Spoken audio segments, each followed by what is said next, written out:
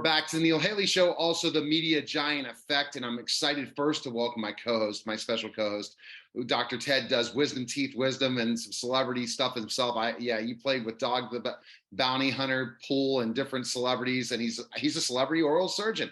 Dr. Ted, what's going on? And I know you're excited about our guest today. I am. This is going to be fun. I'm enjoying having the chance to say hi.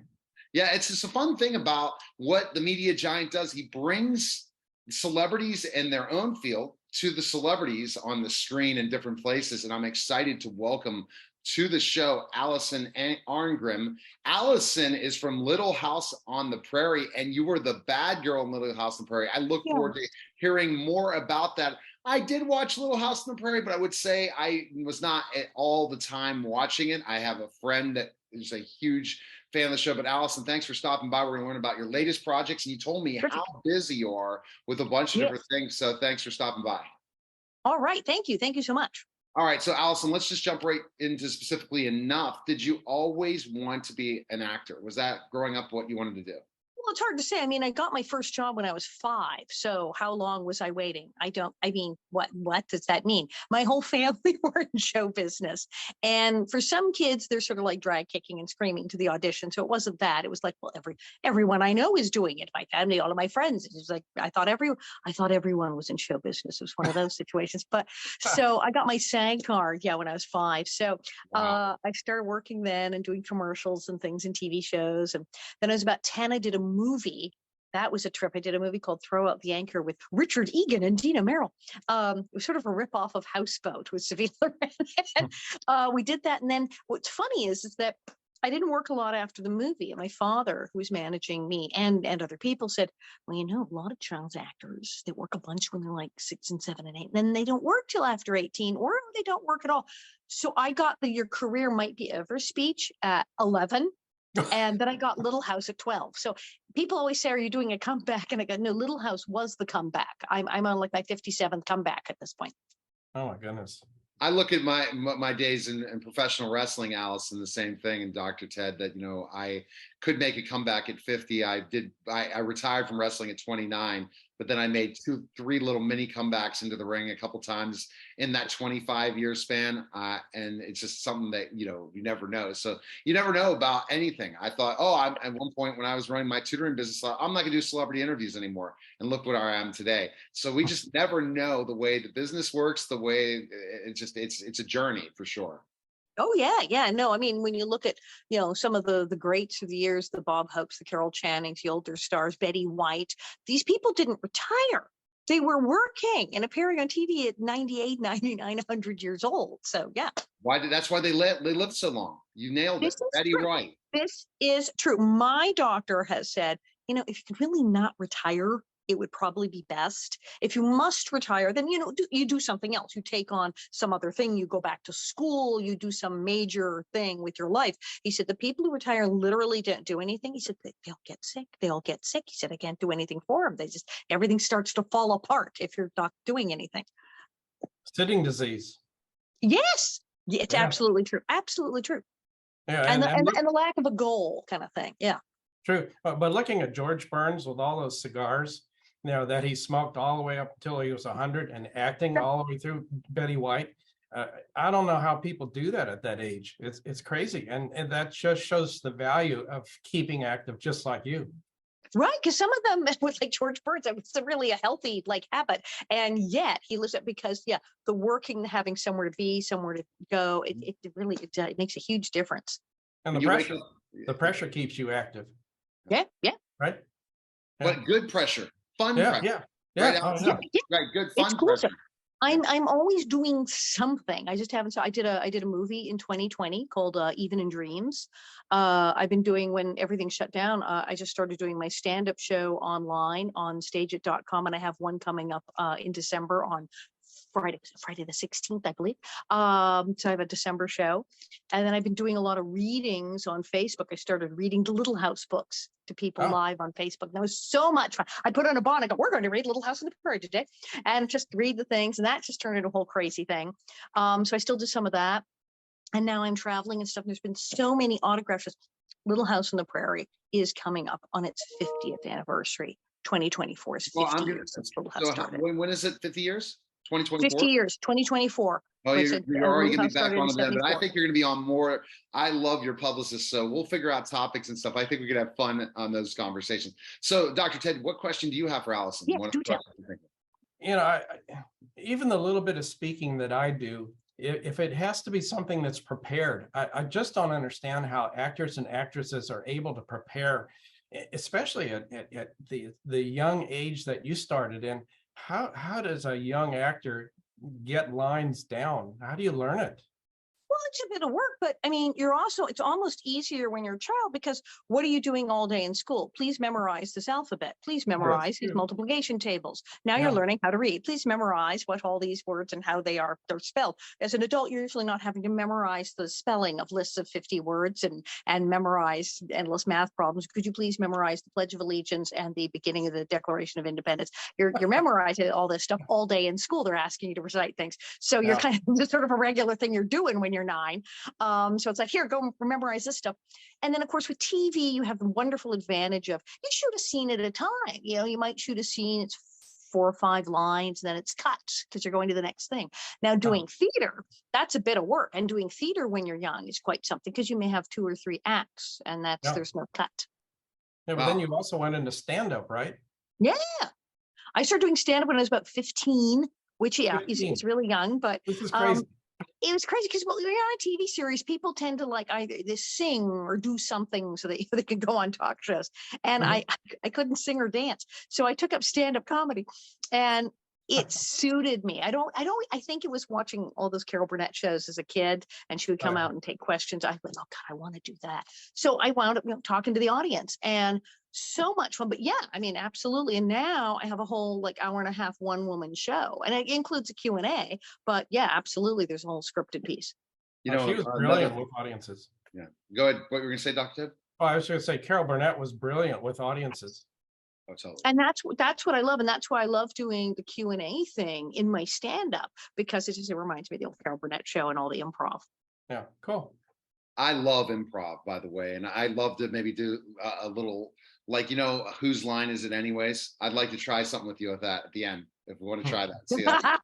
I guess, because again, I'm a former pro wrestler, so I can go with the flow. Wits go and come up with some characters, say this and this, and Ted could come up with this storyline. And let's do it. We'll see what we do at the end. That'll be fun to finish up. This is what I like about it's my show. I can do damn what I want.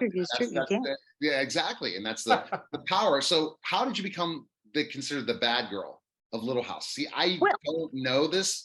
I'm gonna have, and I know Little House is on Inspiration TV all the time, and it's on everything 24 hours a day in 140 countries. Exactly, it's crazy. Constantly, I can go right into and find it. But tell me about Bad Girl. Explain that to me. Right. Yeah. Well, see, obviously, Little House on the Prairie is based upon the books by Laura Ingalls Wilder, where she wrote 9 books, starting with Little House in the Big Woods, Little House in the Prairie, Farmer Boy, etc., on and on, Little Town on the Prairie, etc., covering her whole childhood.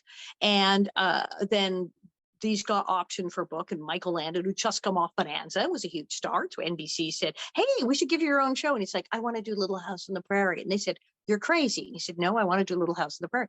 So next thing you know, he's Pa Ingalls. So it's all about from Laura's point of view, played by Melissa Gilbert.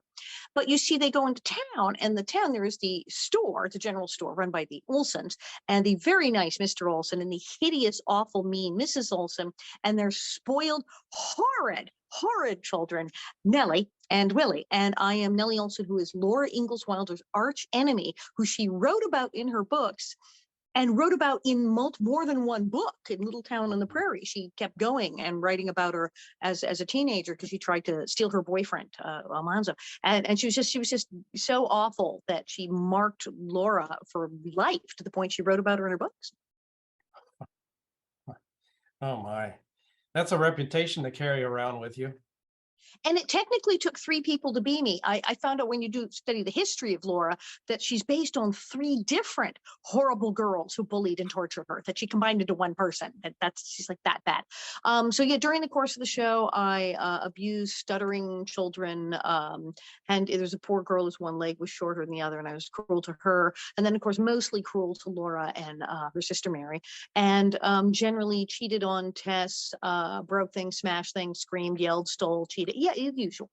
And you kind of played that off in your stand-up, right? Well, Based yeah, on because people hated me. It was this whole bizarre story. People calling me, well, a bitch in the street, and people throwing things at me really, in the you're Christmas kidding me. parade. You Oh yeah. seriously. That Oh was my God, still people, my friends, people will say, you're friends with her? Why? And this is 48 years later. My poor husband, people like, you're married to her. Oh God, what's that like? People still are terrified of me. It's that. And so, yeah, I just wrote about the whole insanity of being an ex-child star and having people hate you for things you did when you were 12. It's quite bizarre, but it's pretty darn funny too. you Did think you have a about hard that. time with? Go ahead. Did you have a hard time with that when you were younger? Not really. I mean, it was weird, like right away. But as soon as I hadn't read the books and I didn't know about Nellie until I got the show. So I had to like go read the books. Go, whoa, this girl's horrible. But as soon as I got the pages of the audition, I was in shock. I said, "This picture." My father says, "Girl's horrible. What is happening?" And then as soon as I got it, I was like, "Oh man, okay, I'm the villain. Yeah." Okay, now what?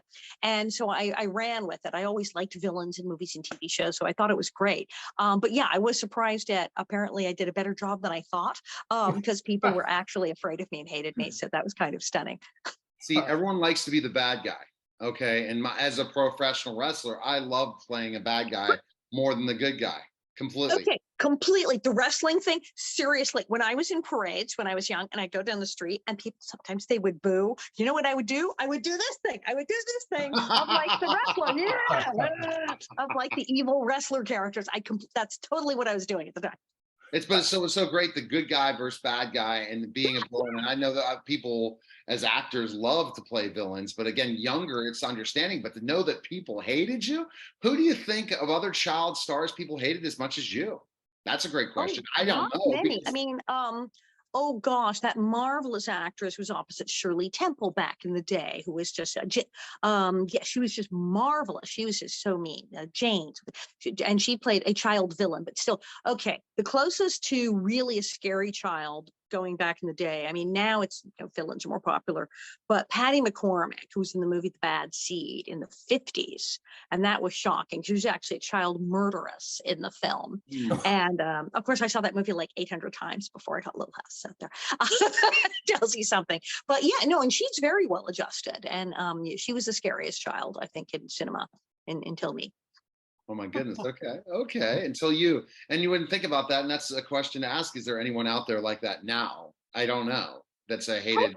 Oh, I don't know if there's any young girls. I mean, one of the problems that we have, of course, with reality TV, but that's a real problem for like the young kids because it's you. And as we know with reality TV, things are scripted and they set up scenarios like you're going to be the bad one and you're going to be the nice one. But for children, they don't really know that, and it's not scripted like you are playing this person named this other thing. It's your name, and they're saying that little Susie is the bad child in a reality show, and that gets weird because people watching it, she's not playing quote a part, and so then they hate her. Hey, I was in a wig and a dress and had a different name, so I'm like, it wasn't me, man. So it was a much healthier situation. But you know who actually is a marvelous actor, and he left. He got out of television, just went back to theater. Was the young guy who played King Joffrey on Game of Thrones. Oh. Was so horrifyingly, and he was playing the young, like 15-year-old evil king. And man, he was good, but it was so intense. And he had come out of a very serious theater background. So when people in the street started coming up to him and yelling and screaming, he's like, "Oh no, I'm not doing this." He quit. He finished Game of Thrones, and then he said, "Yeah, that's it. I'm going back to theater." Because this thing where people scream at you is just like too weird. Now, being I the have. villain, I came up with another one, but go ahead, Ted, with your well, next question. being the villain is such a contrast to what your mother did, being the voice for Casper the Ghost. So My mother was in cartoons. My mother was the voice Casper, the friendly ghost. Yes, exactly. It was the nice ghost. And then she was also the witch, the little witch was the good witch, and Wendy the witch, and she was Nightmare the horse, all the nice ghost characters. And she was Gumby, and she was Sweet Polly Purebred on Underdog's girlfriend, and then Davy of Davy and Goliath. So yeah, she played the nicest cartoon. She was the nicest cartoon character in the world. She was all the nice people. She later got to play a villain here and there in her live work on TV and stuff and film. She had an episode of She's the Sheriff, and she was the villain. And she almost wasn't going to do it. She said, "I don't think I can do this because the character, she's the villain at the end, and she's terrible, and she punches this man." And I said, "Oh, come on." Come on, we're related. I was Nellie Olson for 7 years. I know you can do this.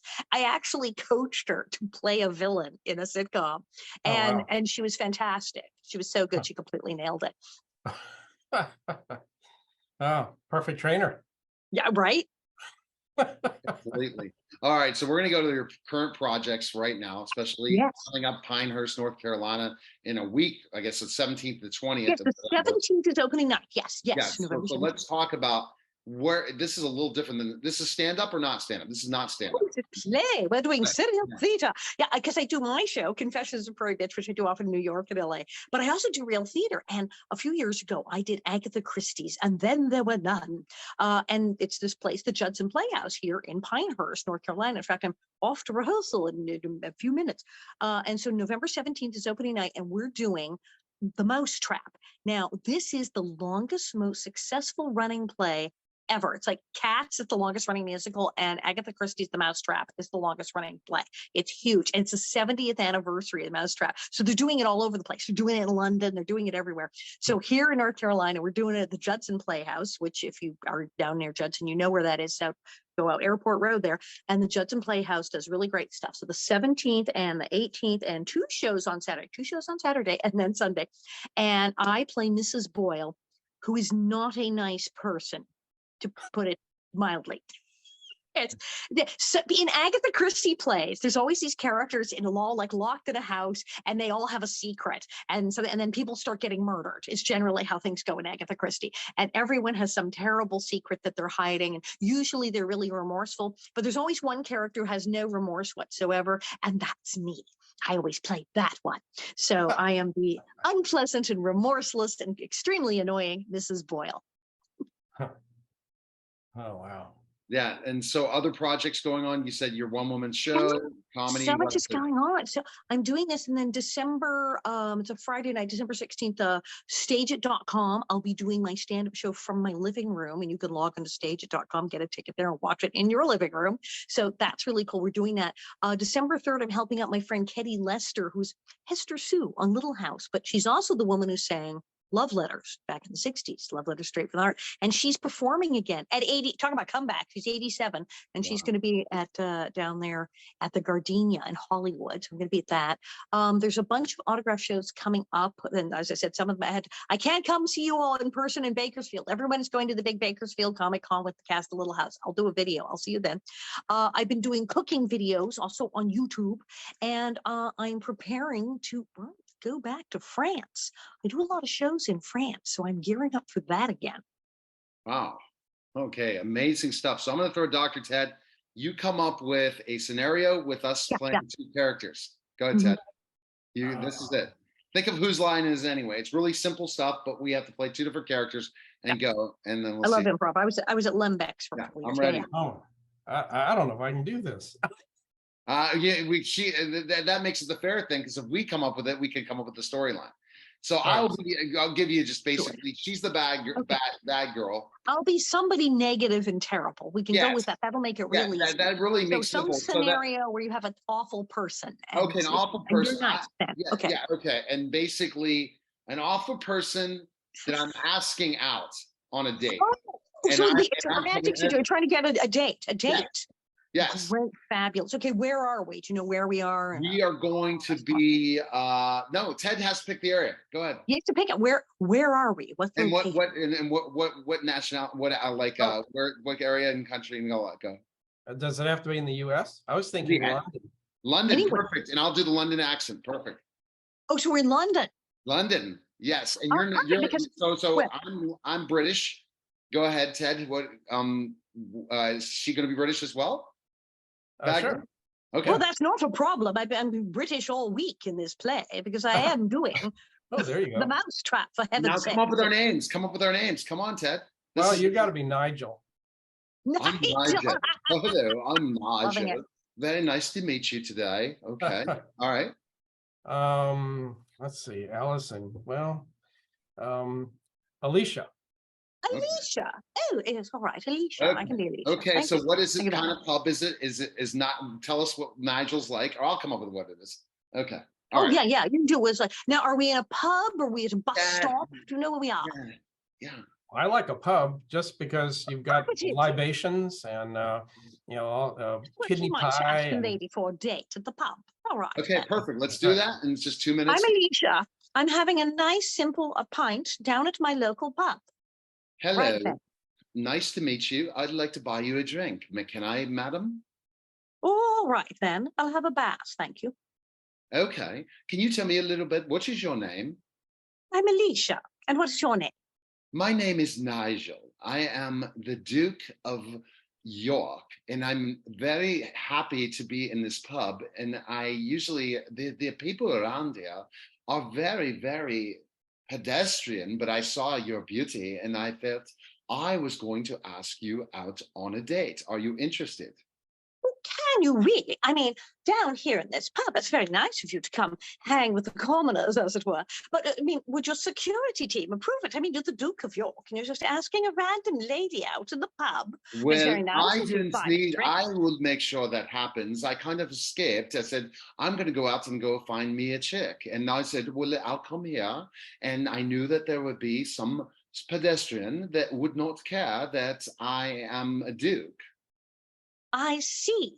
However, the fact that you've referred to myself and everyone else here in this establishment as a pedestrian, and the fact that you just referred to your seeking companionship as finding a chick, A that chick, doesn't yes. really Very, make very, a good because you know sales who I pitch, son. am, and I just need to have a good time tonight. And I thought, well, if I go to a place where, most of the women are very loose, I thought that this is a place to go. See, I've heard these stories about the royal family, but you're only confirming the worst gossip so far. I Oh, mean, yeah, absolutely. really, that you assume that just because a lady is in the pub having a nice pint on a Sunday, that she's automatically loose. I mean, can't a woman go to a Absolutely. neighborhood pub and Because have a do you see the brilliance that I am and how many women would be dying to be with me? just the sort of self-absorbed, egotistical nonsense that we can only expect from members of the royal family nowadays. It's not like the old days. Queen Elizabeth and her sort, these were dignified people back then. Now this younger generation of royals, well, look what you get. Are you Men kidding are me? costing women down at the I local pub. am absolutely very upset. I am going to not just buy you a drink, I am going to buy you a hotel room tonight. Don't you see that as such a great thing? So you're carrying on as if I'm a prostitute. This is just the sort of thing one expects now from the upper class. Disgraceful. Good day. Oh, I guess I'll go over to this bar here. It's a kind of a dancing club. I'll see you later. I suggest you try another establishment, Your Highness. Good day. That was All fun. right. Yeah, that was that Duke Strikes Out. That was out, yeah. Yeah, that was great. That was great. I've done that once before, and that was fun. I would love to go to acting courses and stuff because I enjoy it. This is a final thing. I auditioned once. Okay, I'm an aspiring actor. I'm turning 50 in January, and I'm not in the wrestling.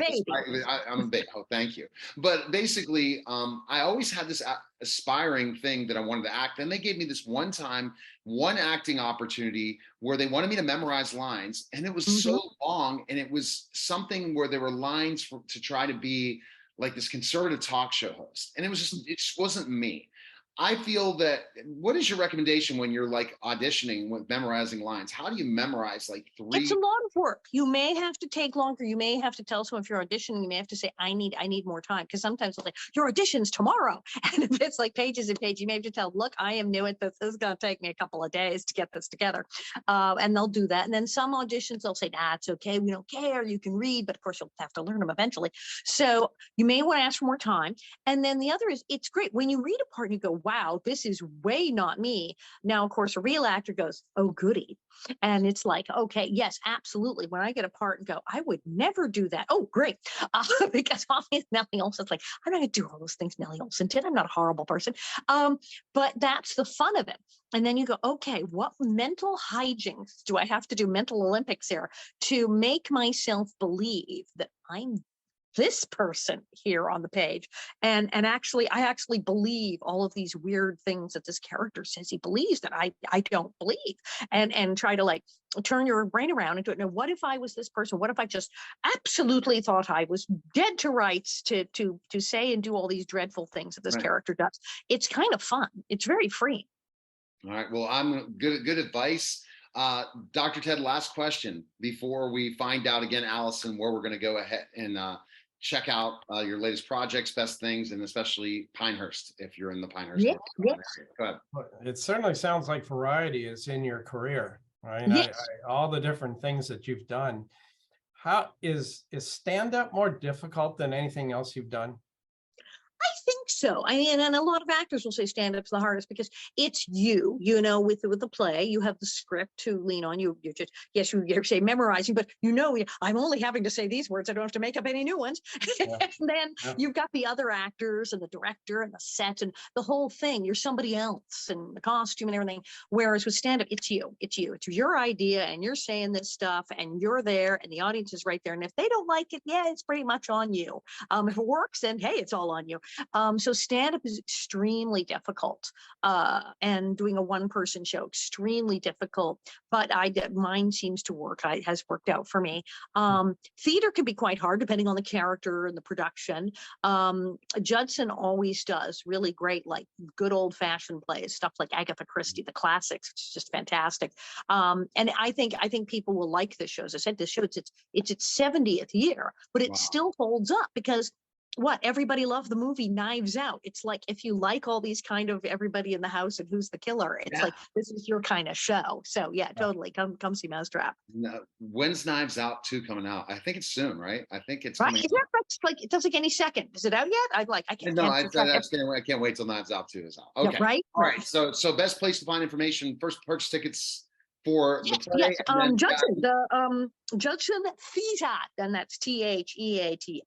Judson Theatre is on the internet. You can find them and you can buy tickets there. Absolutely. The Judson Theatre in Pinehurst, North Carolina.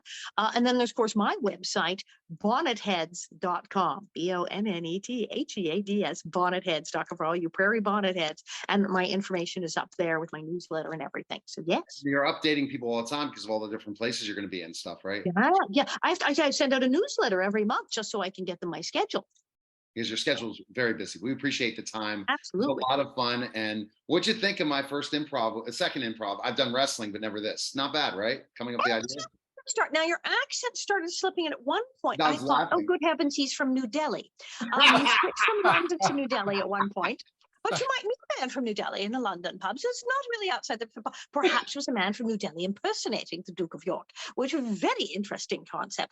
Yeah, but you went with it. You persisted. You said, I'm trying to get you a room. You stuck with it. So I definitely give you points for that. Okay, thank you. Appreciate it. We're back to the Neil Haley Show here, and also the Media Giant Effect. I'm here with my co-host, Dr. Dalal Akhoury. Dr. Dalal, how are you? And I know you're excited about our guest today. Wow. That is exciting. I'm so excited to be here with both of you today. I'd love to be introducing you, Michael Learned. I am excited to introduce our guest, Michael Learned, today. You are incredible. You're a 4-time Emmy winner, and for the best hit TV show, The Waltons, and you're currently now the grandmother of the Dammer, the monster. Yeah, I know. I mean, it's incredible, and I am so happy that you're here with us today. I really am. And we're also celebrating those 50th anniversary today. I mean, is it today or when is it exactly for the Waltons? Well, we're getting together on Wednesday. The Waltons kids and I, they're adults now with their own kids, but Wow. Yeah, we're all getting together on the 17th Can at you the really Hollywood believe at the that? Hollywood Museum. Yeah. Is it? So it'll be Can you imagine that? Yeah, no, yes, I can, because we've been very close all these years, so we are like a second family for each other. Great. Mhm. Well, I wanted to ask you, how did you really feel about that audition of being the Dahmer grandmother? How did it feel? What made you decide that this is a role you would love to play? Because it must have been hard. Well, it's a job. Yeah. I I'm love an that. actor, and if a job comes along, man, we take it. I'm so sorry. I don't know what's going on here. No worries. No, Sorry yeah, about that. when You you really look beautiful. absolutely. So what I Sorry. was going to ask you also is, when you took the gig, it just had to have been something where, okay, this is a role, but ultimately to think of Jeffrey Dahmer and to play, when we didn't know that backstory of the grandmother at all, that's a pretty challenging role, especially with the thought process and all that. Wouldn't you agree? Well, I tried to do research on her, but there was nothing really. There were some pictures, home movies of her, so I got a sense of how she held herself and everything. But and she loved cats. She seemed to always have a cat. And there's really nothing about her, but I do have a grandson, two actually, that I love very much. So I could relate to that, and that's what I played. And Evan Peters in our scenes was so lovable, it wasn't hard to love him. And she was in total denial about what he was doing. I mean, if I was smelling an odor of a decaying body coming up from my basement, I would go downstairs and check it out. Michael. And she apparently never did. So she just kind of didn't want to see what she didn't want to see. And I can understand that too. Definitely. And you think about that, and I'm going to go to Dr. Dalal about this as well, is that you think about specifically enough about this, Michael, is that she was denying that because of all the times that Dahmer was performing experiments as a child. So you could have animal smell that could be that smell, but she just didn't want to know about his lifestyle, understand his lifestyle. At that time, people just didn't want to talk about that type of lifestyle, meaning like in the community. She didn't anyway. She didn't. And I guess it worked for her. I mean, it wouldn't work for me. I'd say, what's going on down there? I'm going down to check it out. But for her, I guess she just somehow. I mean, this is a TV show, so I don't know in real life whether Catherine Dahmer, whether she actually investigated or didn't. I doubt that she did. I think she was really not wanting to see. And I couldn't believe that of any of my grandsons. I would be in total denial.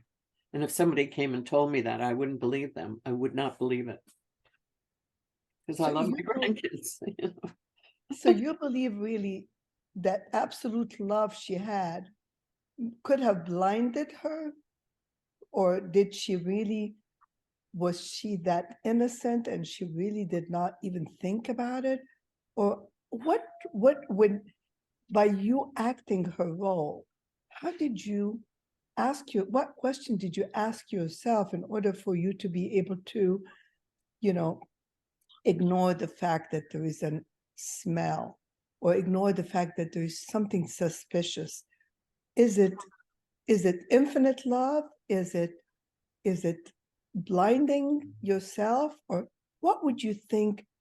I mean, it's hard to really think what other people feel and think, but in your heart, what do you think could have happened there?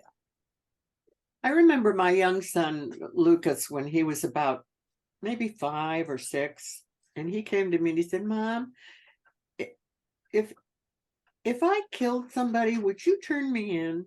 Oh, man. When a kid asks you that question, you go, oh, God, please put the right words in my mouth. And I said, I had to think about it. And I said, Lucas, I would turn you in, but I'd come and visit you every day.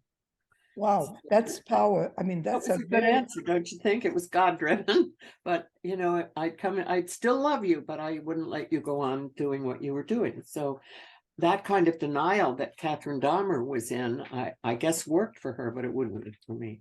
It definitely wouldn't work in that thought process. What has been the feedback, especially the audience that loves you in the Waltons playing this role? Was it a surprise to people? Because, people, how many generations of Walton fans are out there? And then they're saying, there is what's going on here.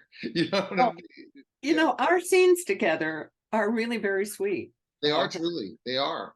We're not, there's nothing nasty about her relationship with her grandson. She's just in complete denial. She just doesn't want to. I mean, he's dragging up a garbage bag full of body parts, and she somehow goes, "What's that smell?" And she doesn't want to know. And if it worked for her, good, but it just wouldn't work for me. I mean, she must have somewhere had a sense that Oh yeah, you maybe she could bad was going on. lose a little bit of her understanding and things. We just don't know that backstory. And that's what's amazing about this show is that there was another movie on Dahmer's life that was a movie that was pretty well portrayed in certain parts, but really you got the full picture from this series and in so many ways. That's what I was blown away by. I haven't finished it. I was watching it on vacation and didn't get to it. I have to finish up because it changes the trajectory of it and the storylines because it's going through 3 different storylines throughout. And that's makes it interesting, right? In a lot of ways, it reminds me of something that's not as morbid with Young Rock that, Dwayne The Rock Johnson's producing with on NBC, where they show his life in 3 different phases. That's almost what they did with Jeffrey. And that kind of gave you a perspective of why he became who he was, right? That is correct. It's a very painful. Sorry, I'm choking on something. Okay. I think take your time. We're good. We just want to make sure you have some water. And I watched some of the interviews with Jeffrey because I couldn't get anything on her. And he was very persuasive, and it was so interesting because he's so articulate and so good looking in a horrible kind of a way. Thank you so much. And it was almost like he was trying to figure it out himself. He was trying to analyze, well, there must be something wrong with my brain or something. It was chilling. It was chilling that he was so removed and so detached from these horrendous, horrifying acts that he did. And in a former life, I took in a couple of boys that were vulnerable kids. And, they're just prey. They're looking for love. They just want somebody to understand them, somebody to be there for them. And then this good looking, charming guy comes along and these kids are just, anyway, it's tragic. It's really tragic. It is really tragic. And I hope we don't see any of that anymore. But we can figure out a way to catch serial killers a lot earlier based on all the technology we have now compared to then, Michael. And also the thought process, when you agree, Dr. Dalal, that it's much easier to catch people with medical types of things compared to back in the 80s, right? To figure out. Oh, yeah. Yes. How can you stop something before it's happened, though? I mean, how can you catch a serial killer before he's killed? You could, you catch them after once or twice, and I don't think you can get away with it as further. Yeah, as fast. I think after the second one, it's as sad as it may be, unless you have some signs that would really help you to determine there's an issue or not. It's very, very hard before the second, unfortunately, and as sad as it may be. But we also have to watch what people are watching right now. I mean, there's so much craze about everything the kids are watching, especially with all those computer games that they play, and it doesn't really feel real. So we're killing our emotions, we're killing our morals. There's so much confusion because children are not raised by family anymore. Especially nowadays, I'm not talking about even back then, but I'm talking about nowadays. There is some concerns that I personally have, being a pediatrician myself and training as a pediatric oncologist, and seeing how much the change that we're exposed to, the family dynamic is changing. The technology is changing so fast. Kids are very fast. Attention deficit is becoming easier to get just because everything is moving. So it really, that was a very important story that you really accepted to act, because you're helping a lot of people to become more aware that that can happen. And it can happen a lot easier than most people even know. So as hard as it was for you to take that role, I think it really exposed a lot of people. Well, I think we have to, as a group of people, we have to be aware of what's going on around us. And when we see a child being abused, you have to speak up. I always do, and it doesn't make me popular, but if I see somebody abusing a child, they're going to hear from me.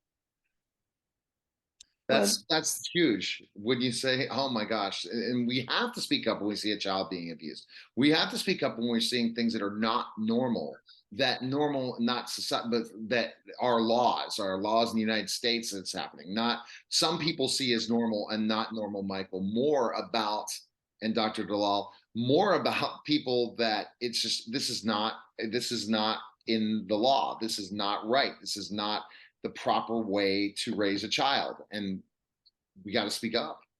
Well, I agree with that. And I think the Waltons, it's a good, should be shown in schools, actually. I think they were good parents on that show. It was kind of a role model. Some people come up to me and say, you taught me how to be a mother. And I say, no, I didn't, but my character did, maybe. But I just feel with kids, if you see a kid, you got to speak up, because you can't do anything maybe legally about what's happening on the street if you see some guy bonking his kid in the head or something. But the kid knows that you saw it, and the kid knows that you spoke up, and that what is happening to him is not It's right. not okay. Yeah. Exactly, Doctor. Oh my God, I've never been this popular. I don't know what's going on. I apologize. That's okay. That's why there's the editing room for it. I'm so sorry. And all of a sudden, thank goodness all the different editing process I could do. No worries about it. That's it. It is. You really are popular, and we're very grateful to spend time talking to you, especially about highlighting what you've done so far. It's just wonderful. And so how much of you, so I was going to ask Dr. Dalal, and then I'm going to ask Michael this, how much of you are you Olivia Walton in real life? What would you say? Well, I can bake bread. I can bake wine. I loved my kids. I was a good mom, and my kids have grown up to be really nice men. And now I have 5 grandkids, and I adore them. And my kids, I was very lucky because my kids were my joy. I loved my kids. I adored them. I had fun. I remember washing dishes and looking out the window, and my son Luke, when he was about 8, and his friend Hattie, and there was a dog, our dog between them, this big dog, and the 2 kids are sitting there talking with, each had a hand on the back of our dog Babe, and just thinking, this is heaven. This is just heaven. So I'm lucky that way. I never found it a chore. And I did have help when I was working with a wonderful woman who was like a mother to me and a grandmother to my kids. So, I had the best of both worlds. That is it's really a gift. Now, how do you look beautiful? I mean, how were you able to stay so healthy and so pretty, and no one, I mean, I'm also a little older, but nobody can tell, but how did you maintain that beautiful look? And is it because of your lifestyle, or is it because of your happy nature? Because you're a very kind person. What made you stay healthy, young looking, and a happy person like you are?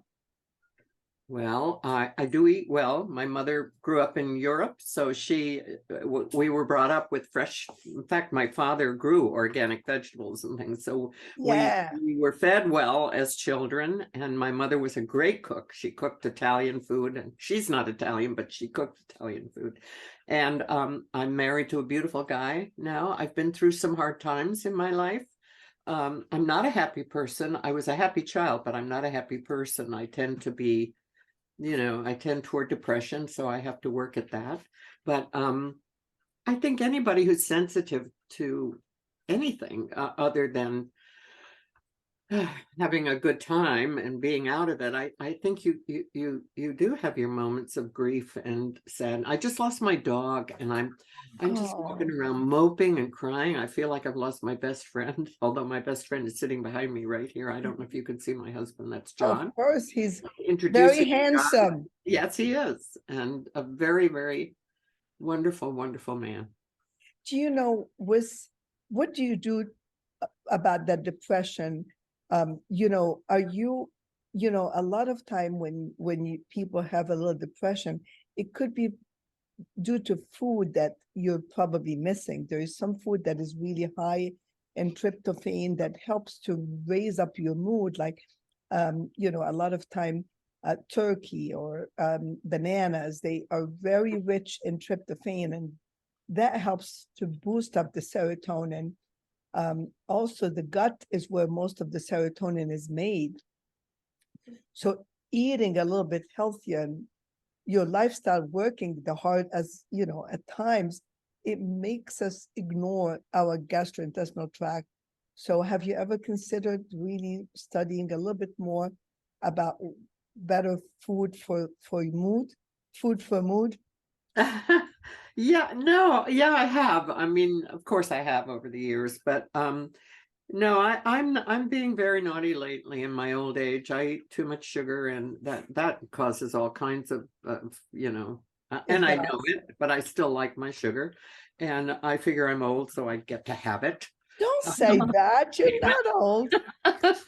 You know, have you Well, ever in years I'm old. In heart I'm not. But yeah, I eat pretty well. My mother, as I said, food was always fresh, lots of salad, lots of fruit, protein, not a lot of fat. And I just haven't done much cooking lately. My husband is always on a diet, it seems, and he doesn't need to be. Look at him, he's gorgeous. Yeah. But you know, so I loved cooking for my kids. I loved it back in the day, and now cooking is kind of boring. So Got I- it. So But it- exercising also raises the mood. Dark chocolate is really good for your mood.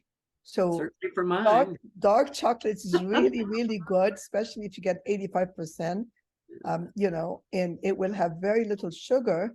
So that may be another mood enhancer that you may want to, but also exercising is really, Oh really yeah, I do believe in exercise. I used to dance. Unfortunately, because of the pandemic, a lot of classes are closed, but we're hoping to start up again. And I went to dance almost every day and love it. California, That's it's good. taken longer, right, to get to the different exercising things compared to other places in the country. Well, yeah, I mean, it's all kind of closed down because of everybody's scared, and it's hard to dance with a mask on your face. Oh So- yeah. So, Michael, what would you want to say to your Walton fans right now, especially 50th anniversary? What would you like to tell them? I just would like to wish everybody a happy Thanksgiving and a mellow Christmas. Don't go crazy. I always do, but I'm telling you not to. Christmas. And just that I have not met a fan of the Waltons that I didn't like.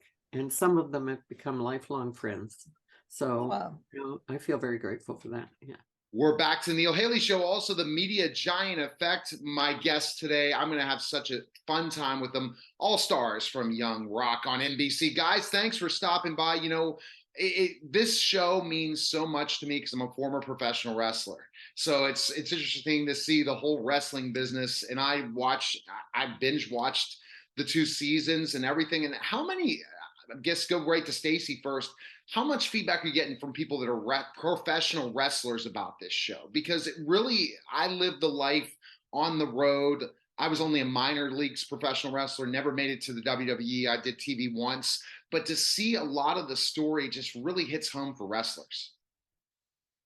What are your thoughts? I mean, I don't get much feedback from professional wrestlers, but I do get a lot of feedback from people who remember meeting Asa back in the day, or Leah, or Rocky, you know, and it's all amazing and good, and they really love, it's like nostalgia. They get to go back in memory lane and see these characters and be like, oh my God, and then, you know, people might tweet like a random fan photo of him as a young kid and be like, this is when I met him and it was 1999. I love all that. It's really nice to be a part of kind of awakening people's memories in that way. And Bradley, what have you learned about professional wrestling since you've been part of this show? Because it really gives a lineage and a history of the sport. So much. I mean, I thought I knew about wrestling, and then this show started. I realized it's a lot deeper than it goes. I mean, I knew about The Rock, I knew about Stone Cold, Triple H, all those guys in the early 2000s, but the history with Rocky Johnson and how all the wrestlers knew each other. The Dwayne knew all these wrestlers when he was young, a teenager and younger. I know that I've learned that wrestling is just a big family. It's a huge family. I mean, I literally, when I watched the show, I pinched myself because, again, I wrestled with the Bushwhackers. I wrestled with King Kong Bundy. It's just like, and Jimmy Supersize Snuka was on shows with me on at the end of his career before he passed away. So it's just like, holy cow. And it just really tells more of a story to what the business is about. So I don't know if Joey, have you heard anything on the end playing Rocky that people reached out to you that knew Rocky and that wrestled with Rocky and stuff like that, and getting feedback of how you've been playing his character? I think people are so shocked at how much I look like Rocky. They can't believe it. And one of the episodes, I actually wrestled with someone who was tag team partners with Rocky in Memphis. And so he was like just blown away by, the similarities.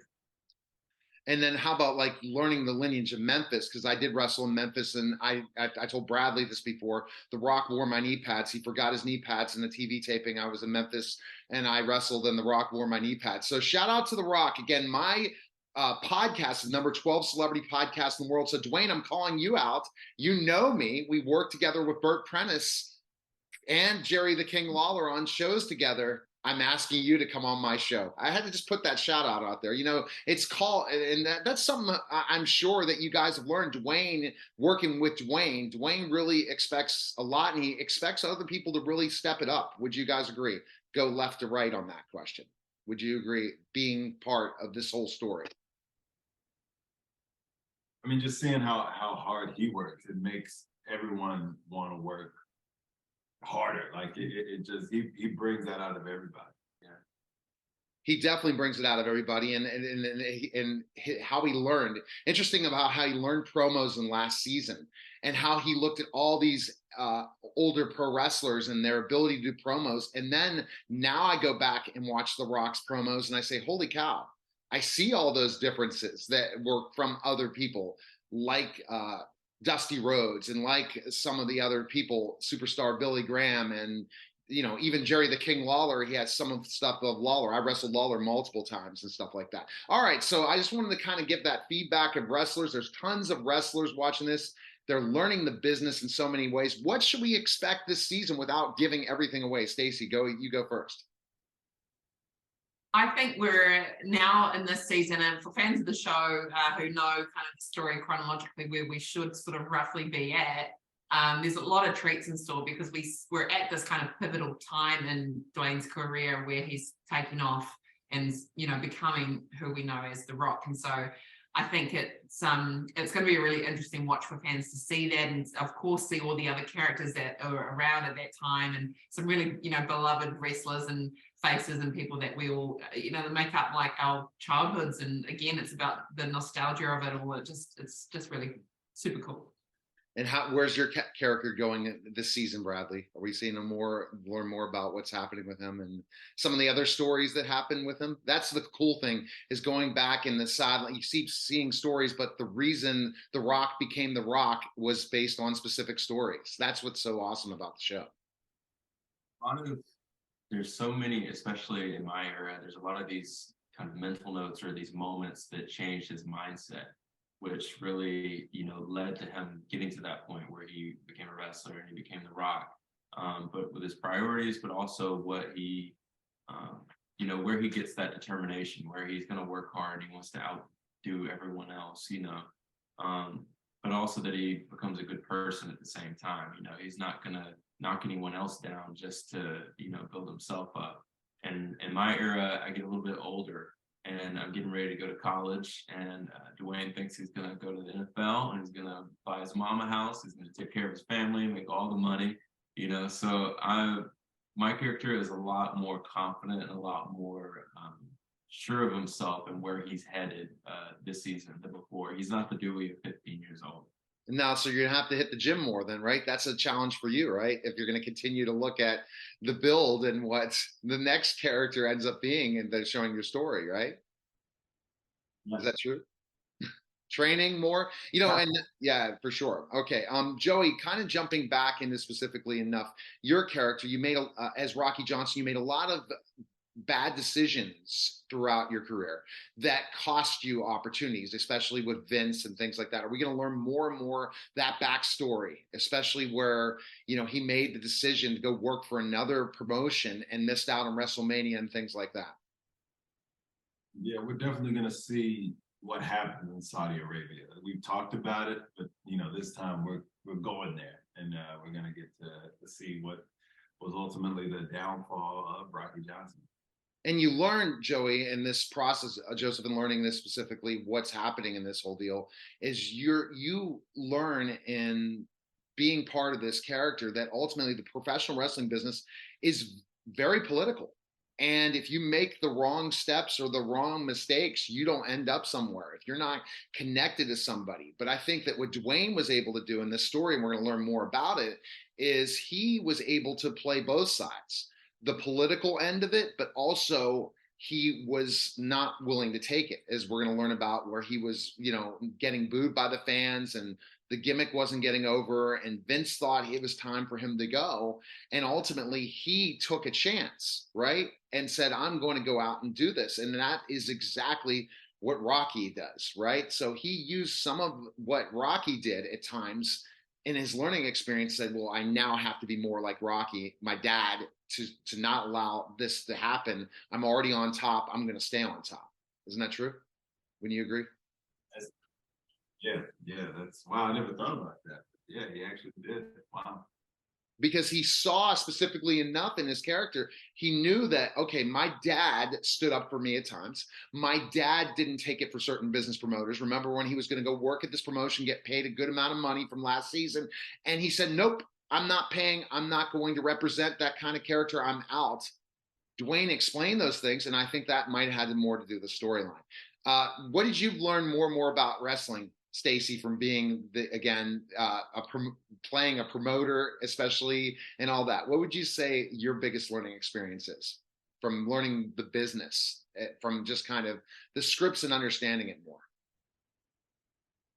Yeah, I think it's kind of what Bradley touched on before about the kind of connectedness between everyone, and I mean, going into it, I'm very open about the fact that I just was not a wrestling fan. I kind of had my preconceived ideas about it and the world that it was in, and it was like instantly kind of blown out of the water as soon as I got on to set and see early on in season 1, and watching these guys work with Chavo Guerrero and you know, do all the moves and stuff, and learning more from Chavo, from Brian, about the behind the scenes and how things, the mechanics of how things all worked. And I was it really gave me a whole new respect for the world of wrestling, and I think you just that it never really kind of dawned on me how just generational it was, and the kind of like lineage of some of these wrestlers and how they're all connected from back in the day. And especially like we touch on a lot of that with the show, with how, you know, Dwayne literally grew up in that world, and talking to Ata, you know, about her parents, Peter and Leah, and how she grew up in that world, and hearing some of these stories about what she kind of was exposed to and saw as a young girl, you know, with her parents in that world. And this carries all the way through to now DJ's own daughter, you know, and it's just, when you think about that time span of like, we're going back to like the 60s, yeah. You know, all the way through it. Amazing. And then what Dwayne was able to do was overcome a lot of obstacles in the business, because again, a lot of stars, after they made it, they go back on the road and they're hitting the gimmicks table. And he chose the movies, and I'm looking forward to see where that happened. And he's helped John Cena in so many ways be able to step out, because Hulk Hogan never could do it. He never could become the movie star. And now The Rock is paving the way for many professional athletes, pro wrestlers, to be able to go do that for sure.